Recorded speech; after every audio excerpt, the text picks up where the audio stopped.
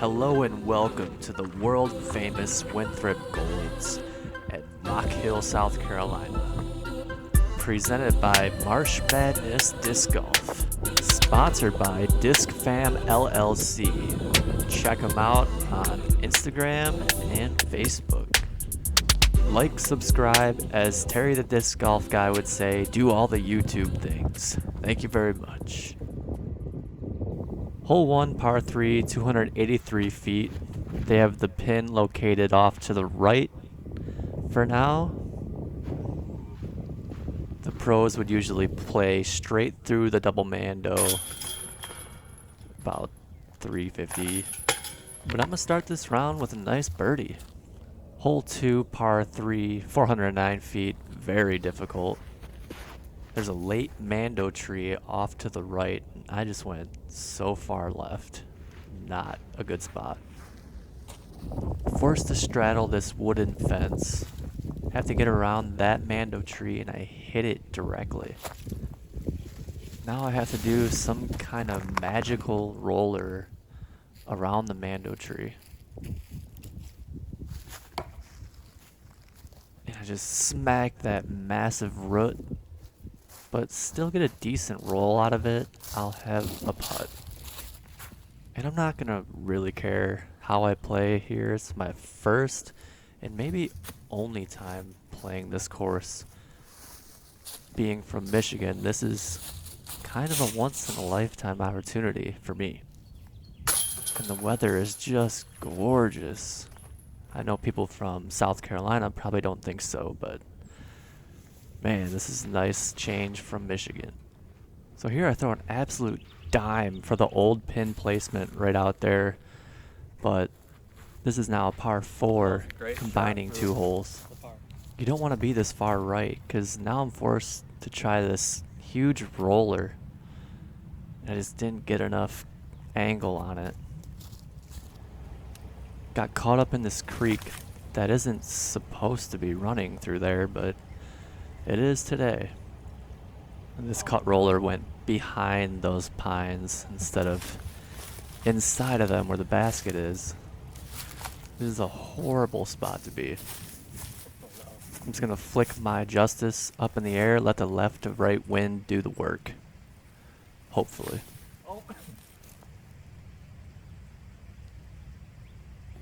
And it lands and it starts rolling towards the basket. As you can see, I'm super stoked because that is going to result in a par save. Any par I can get out here on this pro level course is going to be great. I'm going to be stoked, cheesing all day until we get to this infamous tunnel shot that, let me tell you, it is way smaller in real life. And it says 250 feet, but it feels more like 400 to get through this tunnel with a low ceiling, honestly. I kicked way out right in this field. Gonna take my Raptor and chuck a sidearm. Got a nice little skip to give me this putt for a par. Very nice. And that's a hell of a scramble. Nasty par save.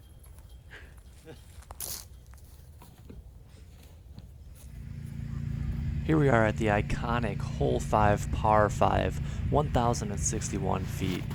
Going sidearm Calvin Destroyer, and I just barely stay in bounds. It kind of slipped out. That was terrible. And that is barely in bounds, but I decided I'm not going to play any OB today. Oh no. Being an AM player, I don't want to punish myself too much. And luckily, there was some mud by the water there. That disc just dug in and stuck. Oh, I just played it safe. Here I was trying to attack the basket over the water, but this DX Wraith just kept turning because it's a DX Wraith. So it's just super safe.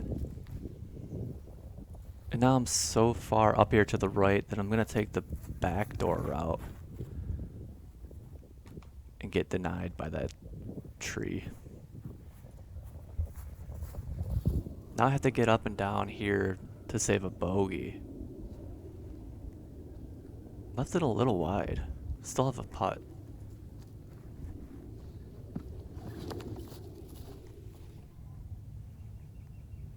there's the view of that beautiful lake in the background.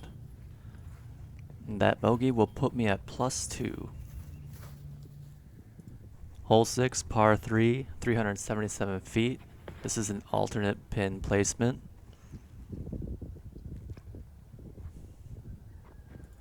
Threw that one a little high.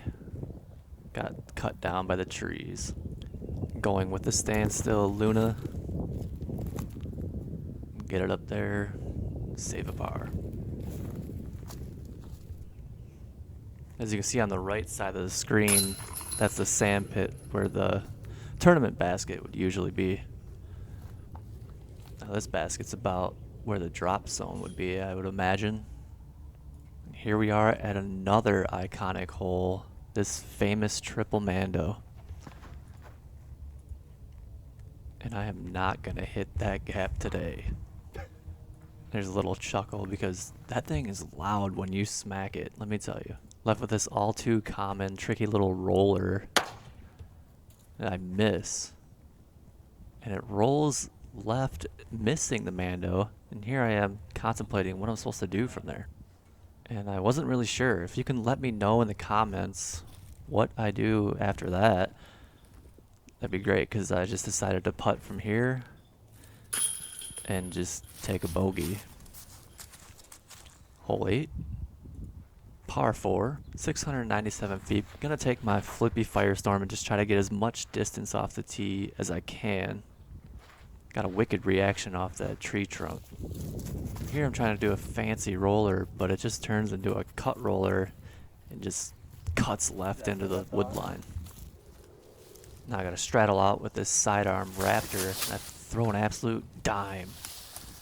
Skips twice and leaves me with a good putt to save par. This is all I'm left with after that great scramble. But of course I hit am side and it splashes out. And that'll give me another bogey on this tough Winthrop Gold layout. Sitting at +4 now. Hole 9, par 3, 362. This is the hole where they put a few pillars right in front of the tee pad for the pros. And then you have to get past that rock line back there to be in bounds. And of course I just came up just short of it, literally sitting on the rocks. But like I said, I'm not playing OB today. And just before I putted, I said, that band has been hit so many times. Isn't it funny how that happens when you say stuff like that? Little Homer Simpson in the bush situation going on here. But I fought through it, saved the par. Hole 10, par 4, 549 feet. The elite distance throwers will go for this in one shot. But when I stepped up to that tee, I thought to myself, there's no way I could make it to that little island there.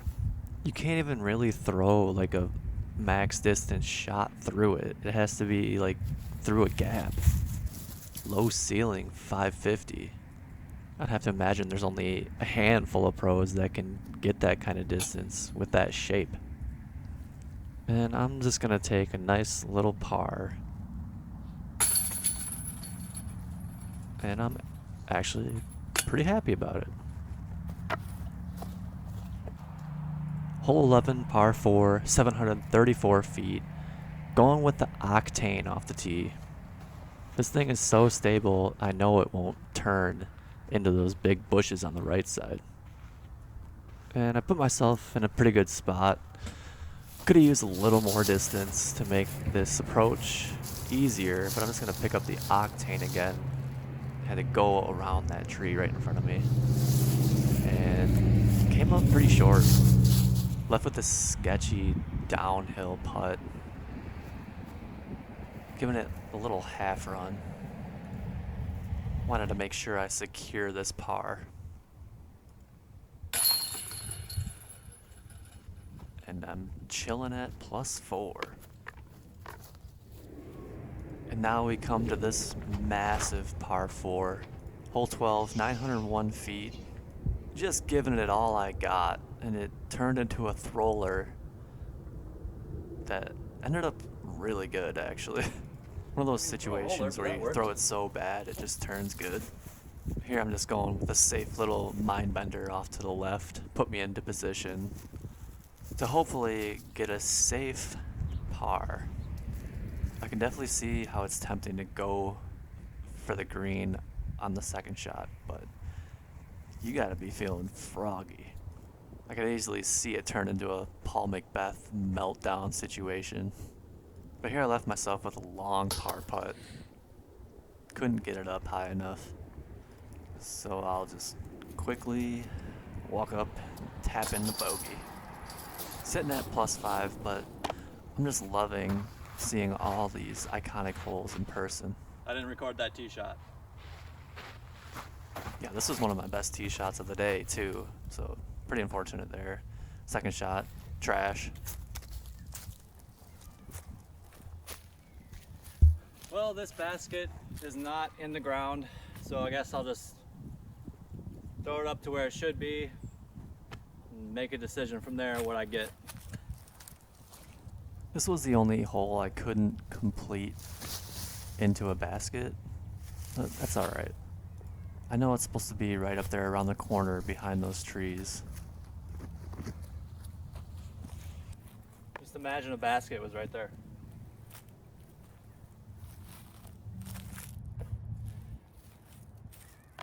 I'll just call it a 2-putt, give myself a bogey. Hole 14, par 3, 413 feet. I'm gonna throw my straight T-bird, and it looks great out of the hand. But then it gets that big skip to the left, and it's actually short as well. Very deceiving off the tee. And this putt is way uphill. Tried to give it the juice, but came up short.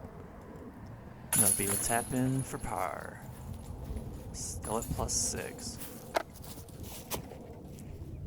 Hole 15, par 4, 539 feet. Another iconic triple Mando, which isn't set up today, but you can imagine it there.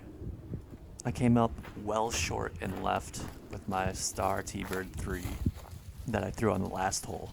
Put myself in another stretch out sidearm situation and threw another dime, putting myself in a good spot to save a par.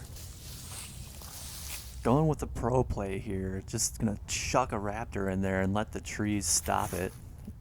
Hopefully it'll park next to the basket, and it does. And I felt really good about this scramble par. That is a tough hole, but a fun one for sure. Another quick shout out to my team sponsor, Disc Fam. Let's go. And all of a sudden this course gives you a huge amateur opportunity. Hole 16, 260, wide open, and I just let it high zero wave and short. It's funny how difficult these short holes can be after playing all these long par 4s. Just get you sometimes. And it's really frustrating to not get this easy hole, I'll be honest. But if you know anything about this course, you know what's coming up. One of the most iconic holes in the game of disc golf. Hole 17, the Hay Bale Island hole. Honestly, less intimidating in person. I know the hay bales aren't there, but it's a very short hole. Somehow it looks longer on camera. Here I did a quick camera pan from tee to green. I was really surprised to see those bamboo shoots right there. It was kind of cool. This right here is for the USDGC Championship. I'm really looking to put this one in.